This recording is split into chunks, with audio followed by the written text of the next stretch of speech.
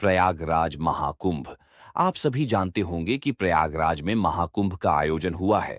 इस महाकुंभ में अनेकों साधु, संत और अघोरी आते हैं। इसी तरह एक अघोरी ट्रेन से महाकुंभ जा रहा था। उस अघोरी को एक साधारण साधु समझकर पुलिस वालों ने उसे रोकने की कोशिश की। फिर जो चमत्कार हुआ, आप उसे देखकर हैरान हो जाएंगे। रात का समय था। घना कोहरा छाया हुआ था। ट्रेन की पटरी से निकलती हुई आग की चिंगारियां ठंडे वातावरण को और रहस्यमयी बना रही थीं। स्टेशन पर एक अजीब सा सन्नाटा था। वहां की पीली लाइटें घने कोहरे को चीरने की नाकाम कोशिश कर रही थीं। ट्रेन की सिटी ने इस खामोशी को चीरते हुए प्लेटफॉर्म पर अपनी मौजूदी दस्तक कराई। सभी यात्री जो महाकुंभ में जाने के लिए आए थे, अपने अपने सामान के साथ ट्रेन में चढ़ने की तैयारी कर रहे थे। ट्रेन के डिब्बों में श्रद्धालु भजन कीर्तन कर रहे थे, जिससे ट्रेन में भक्तिमय माहौल बन गया था। लेकिन इस शांति और भक्ति के बीच ट्रेन के आखिरी डिब्बे में कुछ अलग ही हो रहा था। उस डिब्बे के कोने में एक अजीब आदमी बैठा था। डिब्बे में उसके उपस्थित होने से पूरा डिब्बा भयभीत और शांत था। वह कोई और नहीं बल्कि एक अघोरी था।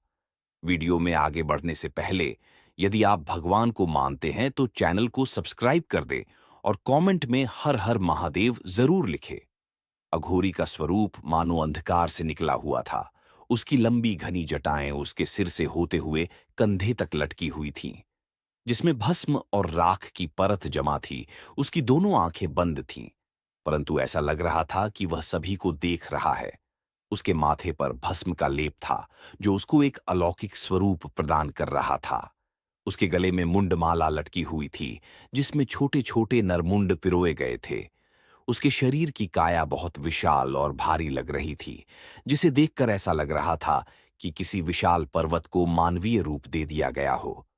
उसकी त्वचा पर राख और धूल की मोटी परतें थी, जिसे देखकर ऐसा लग रहा था कि ट्रेन के डिब्बे में कोई राक्षस आ गया हो। अघोरी के हाथ में एक बड़ा त्रिशूल था, जिसके ऊपर एक हल्की और शक्तिशाली चमक थी।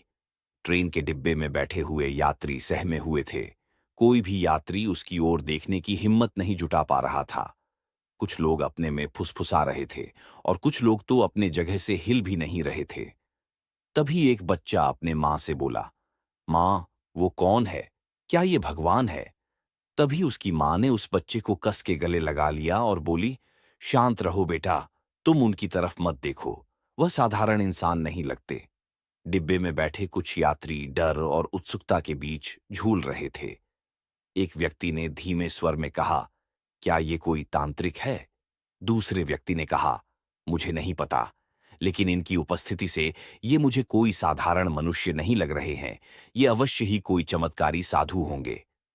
अघोरी डिब्बे में बिना हिले डुले एकदम शांत बैठा था, लेकिन उसकी उपस्थिति ने डिब्बे को एक अनजाने भय और रहस्य से भर दिया था। अघोरी का स्वरूप इतना भयानक था कि लोग उसे देखते ही नजरें झुका लेते थे। उसकी जटाएं इतनी लंबी थीं कि कंधे से होते हुए घुटनों तक आ गई थीं।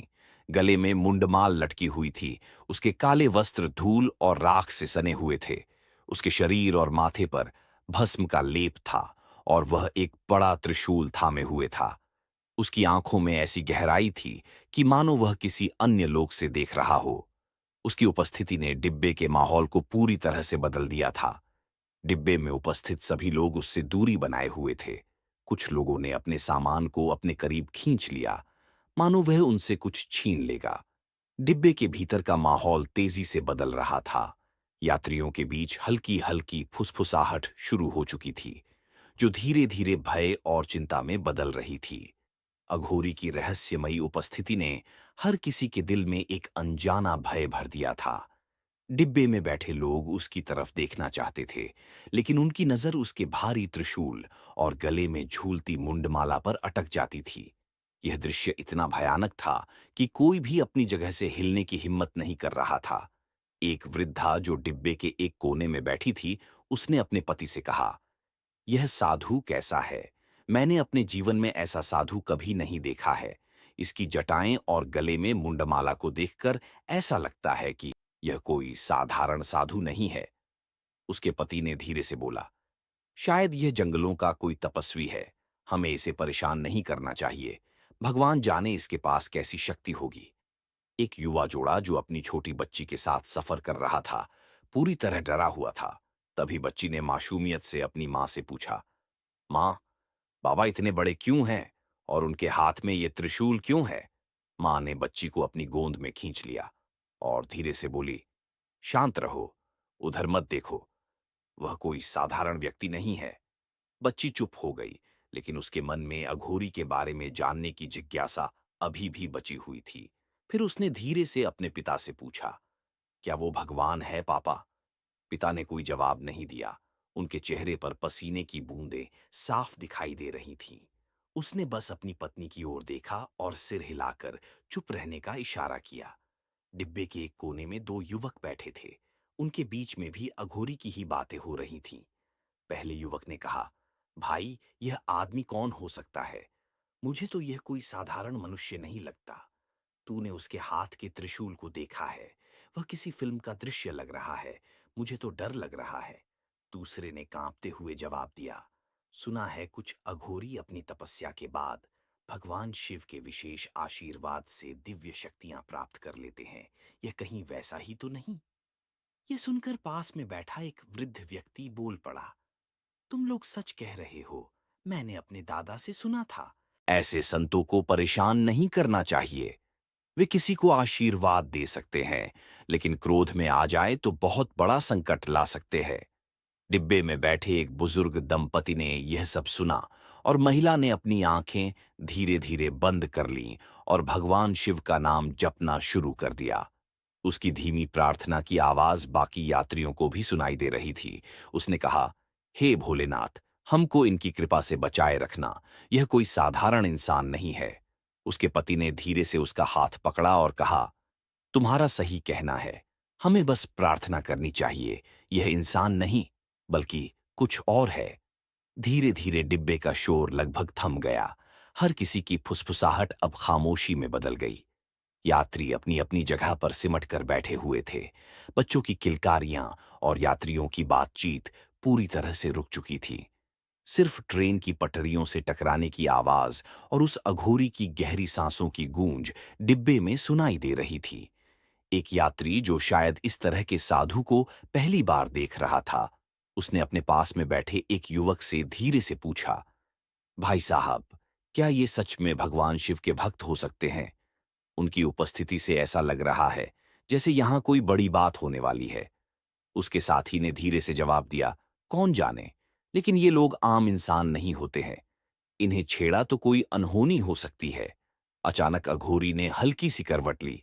उसकी जटाएं उसके छाती से हटकर कंधे पर आ गई। उसके गले की माला हल्की सी खनकने लगी। ये मामूली सी हरकत भी लोगों के लिए किसी एक बड़े धमाके जैसी थी। एक महिला ने डरकर अपने बच्चे को कस के पकड़ लिया।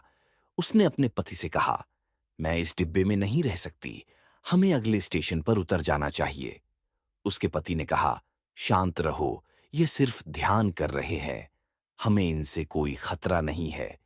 ट्रेन के डिब्बे में बैठे तीन पुलिसकर्मी जो अपनी सुरक्षा ड्यूटी के लिए महाकुंभ जा रहे थे, अब तक अन्य यात्रियों की तरह शांत थे, लेकिन अघोरी की उपस्थिति ने उनके अंदर भी हलचल मचा दी थी। फिर भी वे एक कोने में बैठे हुए उसकी हरकतों पर नजर रखे थे। एक पुलिस वाले ने कहा, यह आदमी बेहद अजीब लग रहा है, इतने डरावने और विचित्र वेशभूषा में, हमें इसे चेक करना चाहिए। एक पुलिसकर्मी ने धीरे से कहा, लेकिन ये साधारण नहीं लगता, क्या हमें इसे छेड़ना चाहिए? तभी दूसरे पुलिस वाले ने कहा, हम पुलिसकर्मी हैं, ये चाहे जो भी हो, कानून के दायरे में रहना होगा। उन्होंने धीरे धीरे अघोरी के पास जाने का फैसला किया। जैसे ही वह तीनों पुलिसकर्मी अघोरी के पास पहुंचे, एक ठंडी हवा का झोंका पूरे डिब्बे में फैल गया। ऐसा महसूस हुआ मानो किसी अदृश्य शक्ति ने वातावरण को जकड़ लिया हो। पुलिसकर्मियों ने इसे नजरअंदाज करते हुए उससे सवाल पूछना शुरू किया, अरे बाबा, आपकी पहचान क्या है? आप कहां जा रहे हैं? एक पुलिसकर्मी ने कठोर स्वर में पूछा। अघोरी ने अपनी आंखें बंद रखी थीं। उसने कोई जवाब नहीं दिया। ऐसा लग रहा था जैसे वह उनकी उपस्थिति से पूरी तरह अनजान था। दूसरे पुलिसकर्मी ने फिर से कहा, बोलो बाबा, यह त्रिशूल और मुंडमाला क्यों साथ लाए हो? क्या आपको पता नहीं है कि यह ट्रेन में लाना गैर कानूनी है? अचानक अघोरी ने अपनी आंखें खोली। उसकी आंखों की चमक इतनी तीव्र थी कि उसने पुलिसकर्मियों को कुछ क्षण के लिए स्तब्ध कर दिया। उसने गहरी और गूंजती हुई आवाज में कहा, जहां बुलावा होता है वहां जाना पड़ता है। उसकी आवाज डिब्बे से टकराकर गूंजने लगी। यात्रियों ने इसे सुना और उनकी घबराहट और बढ़ गई। वरिष्ठ अधिकारी ने अपना आत्मविश्वास बनाए रखा और कहा, बाबा, हमें आपकी जांच करनी होगी। कृपया आप हमारे साथ चले। जैसे ही उन्होंने अघोरी को उठाने की कोशिश की, एक अजीब बात हुई। उसका हाथ अघोरी को छूते ही एकदम से अटक गया। वह साधु इतना भारी लग रहा था कि उसे हिलाना भी असंभव प्रतीत हो रहा था। तीनों पुलिसकर्मियों ने उसे उठाने की कोशिश की, लेकिन वह अपने जगह से हिल भी नहीं रहा था। डिब्बे में बैठे यात्रियों ने ये सब देखा और एक व्यक्ति ने कहा, यह कोई सामान्य साधु नहीं है, इसे मत छेड़ो। वरिष्ठ अधिकारी, जो अब तक आत्मविश्वास से भरा हुआ था, अब वह गहरे विचार में पड़ गया। उसने अपने साथियों से कहा, एक इंसान इतना भारी कैसे हो सकता है? दूसरे ने कहा, सर, मुझे लगता है यह कोई साधारण इंसान नहीं है। हमें इसे और परेशान नहीं करना चाहिए। लेकिन अधिकारी ने आदेश दिया, हम इसे यूं ही नहीं छोड़ सकते हैं। अगले स्टेशन पर और पुलिस बल बुलाते हैं। पुलिसकर्मियों ने जैसे ही स्टेशन मास्टर को सूचना दी, अघोरी ने धीमे स्वर में कहा, मुझे छूने की कोशिश मत करो। तुम्हारे लिए यही बेहतर होगा। उसकी आवाज इतनी धीमी थी कि जैसे वो सीधे उनके दिमाग में गूंज रही हो। वरिष्ठ अधिकारी ने कहा, हम अपनी ड्यूटी कर रहे हैं। तुम हमें डराने की कोशिश मत करो। अगले स्टेशन पर ट्रेन रुकी और 6 पुलिसकर्मी ट्रेन के डिब्बे में आ गए। अब कुल 9 लोग उस अघोरी को हटाने के लिए तैयार थे। यात्रियों ने डिब्बे में अफवाहें फैलाने शुरू कर दिए। कुछ ने कहा, यह भगवान शिव का रूप है, इसे मत छेड़ो। एक वृद्धा महिला ने कहा, ऐसे साधु जब आते हैं तो कुछ बड़ा संकेत देने के लिए आते हैं, इन्हें परेशान मत करो। जब 9 पुलिसकर्मियों ने उसे उठाने की कोशिश की, तब अघोरी ने अपने त्रिशूल को हल्का सा उठाया। डिब्बे में अदृश्य कंपन हुआ। ऐसा लगा पूरी ट्रेन रुक गई हो। वरिष्ठ अधिकारी चौंक गया। उसने चिल्लाकर कहा, यह क्या हो रहा है? यह संभव नहीं है। अघोरी ने धीरे से अपनी आंखें खोली और कहा, तुम्हारा प्रयास व्यर्थ है। मैं वही हूं जहां मुझे होना चाहिए। डिब्बे में बैठे यात्री अब पूरी तरह से भयभीत हो गए थे। कुछ ने आंखें बंद कर लीं और भगवान शिव का नाम लेना शुरू कर दिया। एक लड़की जो अपने मां के साथ यात्रा कर रही थी, फुसफुसाते हुए, क्या ये भगवान है? मां उसे चुप कराते हुए कहा, शांत रहो, ये कोई साधारण साधु नहीं है। हमें इनसे दूर रहना चाहिए। जैसा कि पुलिसकर्मियों ने फिर से उसे उठाने की कोशिश की, तब डिब्बे में अचानक तेज प्रकाश फैल गया। ये देखकर यात्रियों ने अपनी आंखें बंद कर लीं। जब उन सब ने अपनी आंखें खोलीं, तो अघोरी गायब हो चुका था। डिब्बे में अजीब सन्नाटा छा गया। पुलिसकर्मी और यात्री दोनों ही यह समझने में असमर्थ थे कि यह क्या हुआ। वरिष्ठ अधिकारी के चेहरे पर घबराहट सी छा गई। वरिष्ठ अधिकारी ने धीरे से कहा, यह कोई साधारण व्यक्ति नहीं था, शायद ये भगवान शिव थे। जब ट्रेन की घटना खत्म हुई और अघोरी अचानक गायब हो गया, तब वरिष्ठ अधिकारी मन ही मन विचलित हो गया। उस साधु की रहस्यमयी शक्ति और चेतावनी ने उसके मन में कई सवाल खड़े कर दिए थे। ट्रेन के अगले स्टेशन पर उतरने के बाद वह अपने कर्तव्य की ओर बढ़ गया, लेकिन उसका दिमाग बार बार उस अघोरी की तरफ ही जा रहा था। वह कौन था?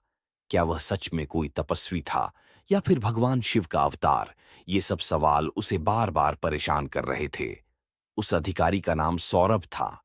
वह एक साहसी पुलिसकर्मी था, लेकिन अघोरी की उस उपस्थिति ने उसके विश्वास को हिलाकर रख दिया था। उसने तय किया, महाकुंभ में पहुंचने के बाद वह उस साधु को ढूंढने का हर संभव प्रयास करेगा। महाकुंभ का मेला पूरी तरह से जगमगा रहा था। लाखों लोग गंगा के किनारे जमा थे। श्रद्धालुओं से यह महाकुंभ गूंज रहा था। सौरभ ने जैसे ही महाकुंभ में कदम रखा, उसे एक अलग तरह की ऊर्जा महसूस हुई। उसने मेले के हर कोने को ध्यान से देखना शुरू किया। उसकी नजरें हर जटाधारी साधु को तलाश रही थीं। हर बार जब वह किसी अघोरी को देखता, तो उसकी उम्मीदें बढ़ जातीं। लेकिन कोई भी साधु वैसा नहीं मिला जैसा कि वो ट्रेन में दिखा था। एक सहकर्मी ने उससे पूछा, सर, आप इतने परेशान क्यों दिख रहे हैं? सब ठीक है ना? सौरभ ने थोड़ा झिझक कर बोला, कुछ है जिसे मैं ढूंढ रहा हूं। अगर वह मुझे मिल जाए तो शायद मेरी जिंदगी बदल जाएगी। सहकर्मी ने इसे गंभीरता से नहीं लिया और मुस्कुराते हुए चला गया। लेकिन सौरभ ने हार नहीं मानी। मेले के अगले कुछ दिन सौरभ ने महाकुंभ के हर हिस्सों को अच्छी तरह से देखा। वह हर साधु से बात करता, लेकिन उसका सवाल अधूरा रह जाता। एक दिन उसने किसी वृद्ध साधु से पूछा, बाबा, क्या आपने किसी ऐसे अघोरी को देखा है जो बेहद भारी भरकम हो और गले में मुंडमाला पहनता हो? वृद्ध साधु ने कहा, अघोरी तो बहुत होते हैं, लेकिन बेटा तुम जिस अघोरी को ढूंढ रहे हो वह कोई साधारण अघोरी नहीं लगता। ऐसे अघोरी बहुत कम प्रकट होते हैं। सौरभ को इस जवाब से संतोष नहीं हुआ, लेकिन उसने अपनी खोज जारी रखी। महाकुंभ में व्यस्तता के कारण वह अपने परिवार से संपर्क नहीं कर पा रहा था। उसकी बेटी पिछले कुछ महीनों से गंभीर रूप से बीमार थी। डॉक्टरों ने उसे जवाब दे दिया था और यह बात सौरभ को भीतर से तोड़ रही थी। ट्रेन में अघोरी के साथ हुई घटना ने उसके मन में एक अजीब सी उम्मीद जगा दी थी। उसे विश्वास था कि वह अघोरी को ढूंढ लेगा तो उसकी बेटी ठीक हो जाएगी। एक शाम जब वह गंगा के किनारे बैठा हुआ था, उसने अपने परिवार की तस्वीर देखी और मन ही मन प्रार्थना की। उसने कहा, हे भोलेनाथ, यदि वह साधु आपका दूत था तो मुझे उनसे फिर से मिला दीजिए। मैं अपनी बेटी को बचाने के लिए कुछ भी कर सकता हूं। कई दिनों की खोज और निराशा के बाद जब सौरभ एक दिन गंगा के किनारे टहल रहा था, उसने वहीं अघोरी देखा। वह एक बड़े पीपल के पेड़ के नीचे ध्यानमग्न बैठा था।